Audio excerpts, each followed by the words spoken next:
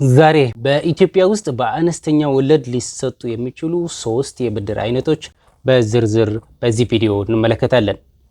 ቪዲዮውን ላይክ አድርጉት፣ እንዲሁም ለቻናላችን አዲስ ከሆናችሁ ሰብስክራይብ እያደረጋችሁ እስከ ቪዲዮ መጨረሻ አብራችሁን ቆዩ። ኢትዮጵያ ውስጥ ያሉ ፋይናንሻል ተቋማት ወይም ደግሞ አበዳሪ ተቋማት ባንክም ይሁን ማይክሮ ፋይናንስ እንደየ ቢዝነስ ሴክተሩ ወይም ደግሞ የብድሩ ዓላማ እያዩ የተለያየ ወለድ ብድር ይሰጣሉ። ዛሬ የምናያቸው በቅናሽ ወለድ ሊገኙ የሚችሉ 3 የብድር አይነቶች ናቸው። ከነዚህ ውስጥ አንደኛውና የመጀመሪያው የጥቃቅንና አነስተኛ ኢንተርፕራይዞች ልማት ብድር ይባላል። ይህ ብድር በዋናነት በመንግስት ስራ አጥ ለሆኑ ወጣቶች፣ ለሴቶች እንዲሁም የስራ ፈጠራ ባለቤት ለሆኑ ወጣቶች ቆንጆ ሀሳብ ያላቸው ነገር ግን ካፒታል የሌላቸው ስራ አጥነት ለመቀነስ ተብሎ በመንግስት ጣልቃ ገብነት በቅናሽ ብድር እንዲያገኙ ይደረጋል ማለት ነው። የወለድ መጠኑ በጣም ዝቅተኛ ነው፣ ዜሮ አይደለም፣ ግን ከባንክ ገበያ አንጻር በጣም ዝቅተኛ ሊባል የሚችል የብድር አይነት ነው። መንግስት ጣልቃ ስለሚገባ የተወሰነ በድጎማ መልክም ቢሆን ከአበዳሪ ተቋማት ጋር ተነጋግሮ የሚያቀርበው ብድር ነው። ይሄ በዚህ ሊካተቱ የሚችሉ ኢላማ የተደረጉ አካላት እነማን ናቸው በሚለው የአነስተኛ ንግድ ስራ ለመጀመር የሚፈልጉ ወጣቶች አሉ፣ የስራ ፈጠራ ባለቤት የሆኑ ወጣቶች አሉ፣ እንዲሁም የእጅ ባለሙያ ወይ ደግሞ አንዳንድ አምራች ኢንዱስትሪዎች ሊሆኑ ይችላሉ። ለነዚህ መንግስት ፋይናንስ ሊያደርግ ይችላል። ይሄ ብድር ለማግኘት ዋና መስፈርቱ ምንድን ነው? በወረዳ ወይም ደግሞ በከተማ አስተዳደር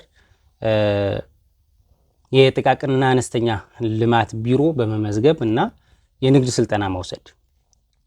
የንግድ ስልጠና ትወስዳላችሁ።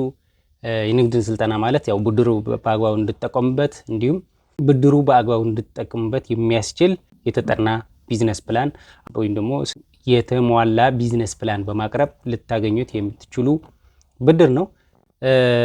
የዋስትና በሚመለከት እዚህ ብድር ዋስትና ምንድን ነው? አንደኛ የቡድን ዋስትና ነው። ግሩፕ ጋራንቲ ነው። ግሩፕ ጋራንቲ ስንል ለምሳሌ 5 ከሆናችሁ የተደራጃችሁት 5ታችሁ ኃላፊነት ትወስዳላችሁ ማለት ነው። አንዱ ባይከፍል የተቀሩት 4 ይከፍላሉ ማለት ነው። በዚህ መልኩ ነው የሚሰጠው። ወይም ደግሞ የአካባቢ አስተዳደርም ኃላፊነት ሊወስድ ይችላል፣ የገጠርም ይሁን የከተማም ይሁን ማለት ነው። ይህ ብድር የስራ መነሻ ለሌላቸው ወጣቶች፣ የስራ ፈጠራ ባለቤት ለሆኑ ወጣቶች በጣም አዋጭ የሚባል የብድር አይነት ነው፣ የዝቅተኛ ወለድም ስለሆነ ማለት ነው። በሁለተኛ ደረጃ ምንድነው? የግብርና ግብአትና አነስተኛ ይዞታ አርሶ አደር ብድር ነው። ይህ በዋናነት በግብርና ላይ ለተሰማሩት ነው። ያው እንግዲህ ታውቁታላችሁ፣ ግብርና ከ80% በላይ የኢትዮጵያን ኢኮኖሚ ተቆጣጥሮ ያለው ግብርና እስከሆነ ድረስ መንግስት ለዚህ በጣም ከፍተኛ ድጎማ በማድረግ አርሶ አደሮቹ እንዲበረታቱ ይደረጋሉ። አርሶ አደሮቹም ሊሆኑ ይችላሉ፣ አርብቶ አደሮቹም ሊሆኑ ይችላሉ፣ ድጎማ ያቀርባል ማለት ነው። ወለድ መጠን መንግስት ለምግብ ዋስትናን ለማረጋገጥ ስለሚፈልግ በአነስተኛ ወለድ ሞቲቬት ተደርገው በጣም ጥሩ ምርት እንዲያመርቱና የአገሪቱ ከፍተኛ ኮታ የያዘው የኢኮኖሚ የማረጋጋት ስራ ለመስራት መንግስት በቁርጠኝነት እዚህ የሚሰራበት ቦታ ነው። ኢላማ የተደረገው አካል ማን ነው? ኢላማ የተደረገው አካል አነስተኛ አርሶ አደሮችና እንዲሁም አርብቶ አደሮች ናቸው። ወይም ደግሞ የህብረት ስራ ማህበራት ሊሆን ይችላሉ፣ በግብርና ላይ የተሰማሩ። ለነዚህ መንግስት በትኩረት ይሰራል፣ የምግብ ዋስትናን ለማረጋገጥ ተብሎ ማለት ነው።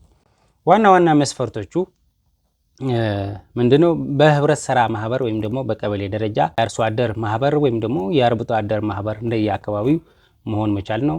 ሁለተኛ የተሻሻሉ ምርጥ ዘሮች ወይም ደግሞ የግብርና ቴክኖሎጂን ለመጠቀም ማመልከት ነው። እንደ ዋስትና የሚነሳው እዚህ ላይ የመሬት ይዞታ ማረጋገጫ ወይም የቀበሌ ዋስትና ማለት ነው። ከተማ ላይ ስትሆን ወይ የሆነ ሌላ ብድር ምንድነው? ቤት ነው የምታስይዘው፣ የቤት ካርታ ነው። ይሄ መሬት ነው። መሬት ካለ የመሬት ይዞታ ማረጋገጫ ካለ በአነስተኛ ወለድ ብድር የምታገኙበት አጋጣሚ አለ። ወይም ደግሞ የቀበሌ ዋስትና ሊሆናችሁ ይችላል ማለት ነው። የዚህ ብድር ለየት የሚያደርገው ምንድነው? ይህ ብድር በቀጥታ ለአርሶ አደሮች በእጅ ካሽ አይሰጥም። በብዛት ምንድነው የሚደረገው? የአፈር ማዳበሪያ እንዲወስዱ ይደረጋል፣ በብድር መልክ ማለት ነው። የቴክኖሎጂ ግብአቶች እንዲጠቀሙ ይደረጋል፣ ምርጥ ዘሮች እንዲጠቀሙ ይደረጋል። ካሽ ወደ እጃቸው አይደርስም ማለት ነው። እዚህ ላይ ከተሰማራችሁ መንግስት የተወሰነ ፐርሰንት እንዲደጉማችሁ መደራጀት ነው ማለት ነው። እነዚህ ቁሳቁሶች በመውሰድ የግብርናው ሴክተር ለመጠናከር ተብሎ መንግስት በአነስተኛ ወለድ እንዲወስዱ ስለሚደረግ ከፍተኛ ድጎማ ያደርጋል ማለት ነው። በሶስተኛ ደረጃ የቤት እርስ በርስ ቁጠባና የቤቶች ልማት ብድር ነው። ይሄ ምንድን ነው? በጣም የተለመደ ነው በኢትዮጵያ ትላልቅ ከተሞች ስፔሻሊ እንደ አዲስ አበባ እና ሌሎች የክልል ከተሞች የከተማ ልማት እድገት ለማፋጠን ተብሎ ከሚሰጡ ዝቅተኛ ወለድ ብድሮች መካከል አንዱ ነው። ይህ የወለድ መጠኑ በጣም ትንሽ የሚባል ነው። የዚህ ብድር ለየት የሚያደርገው ግን በጣም ለረጅም ዓመት በረጅም ጊዜ አከፋፈል የሚሰጥ የብድር አይነት ነው። ኢላማ የተደረጉ አካላት በመንግስት የጋራ መኖሪያ ቤት፣ በኮንዶሚኒየም ወይም ደግሞ በሰባ ካሬ፣ 40 ካሬ ዋትኤቨር በሌሎች የባንክ ቁጠባ መርሃ ግብሮች ተመዝግበው የሚገኙ ዜጎች ናቸው። ዋና መስፈርቶች አስቀድመው በተቀመጠ መርሃ ግብር ተደራጅቶ 10% ሊሆን ይችላል፣ 20%፣ 30% እንደ አስፈላጊነቱ ቆጥበው ለረጅም ጊዜ የሚሰጥ ብድር ነው ማለት ነው። አዋጭ ነው ለኮንዶሚኒየም የምትደራጁ ወጣቶች ካላችሁ ማለት ነው። እነዚህ ሶስት ብድሮች በቅናሽ ወለድ በሚባል ደረጃ ብድር ታገኛላችሁ። ቋሚ የገቢ ምንጭ ወይ ደግሞ አስተማማኝ ገቢ መኖር መቻል አለበት። እዚህ ላይ ግን አንድ ነገር መታወቅ አለበት። ኢትዮጵያ ውስጥ ያሉ አበዳሪ ተቋማት በዜሮ ወለድ ማበደር አይችሉም፣ ወይም ደግሞ ያለምንም ወለድ ክፍያ ሊያበድሩ አይችሉም ማለት ነው። ስለዚህ ያሉ አማራጮች ዝቅተኛ ወለዶች ናቸው። እሱን አሟጠ መጠቀም ግን በየትኛው አንግል መግባት እንዳለባችሁ፣ እንዴት መደራጀት እንዳለባችሁ በደንብ አጥንታችሁ የዚህ ቅናሽ ወለድ ብድር ተጠቃሚ መሆን አለባችሁ። ባለፈው ምን ብያችሁ ነበረ? ያለ ማስያዣ ብድር እንዴት ታገኛላችሁ ብያችሁ ነበረ። እዚህ ላይ ምንድነው ያየነው? አንደኛ በቅናሽ ወለድ ነው። ይሄ አጠቃላይ እዚህ ጋር ያሉ በሙሉ ብድሮች ተጨማሪ ማስያዣ አይጠይቁም። ለምሳሌ ለአርሶ አደሮች አይተናል። ኦልሬዲ የመሬት ይዞታን የሚጠይቁ ቤት ለምን አልተሰራ ምናምን አይባልም። የኢንቨስትመንት ቦታ ልትሰጡ ትችላላችሁ። በተለያዩ መንገዶች ተደራጅተህ በፒኤልሲ መልክም ሊሆን ይችላል፣ በዩኒየን መልክም ሊሆን ይችላል። በዚህ ከተደራጃችሁ በጣም አዋጭ ስራ ትሰራላችሁ በእርግጠኝነት ማለት ነው።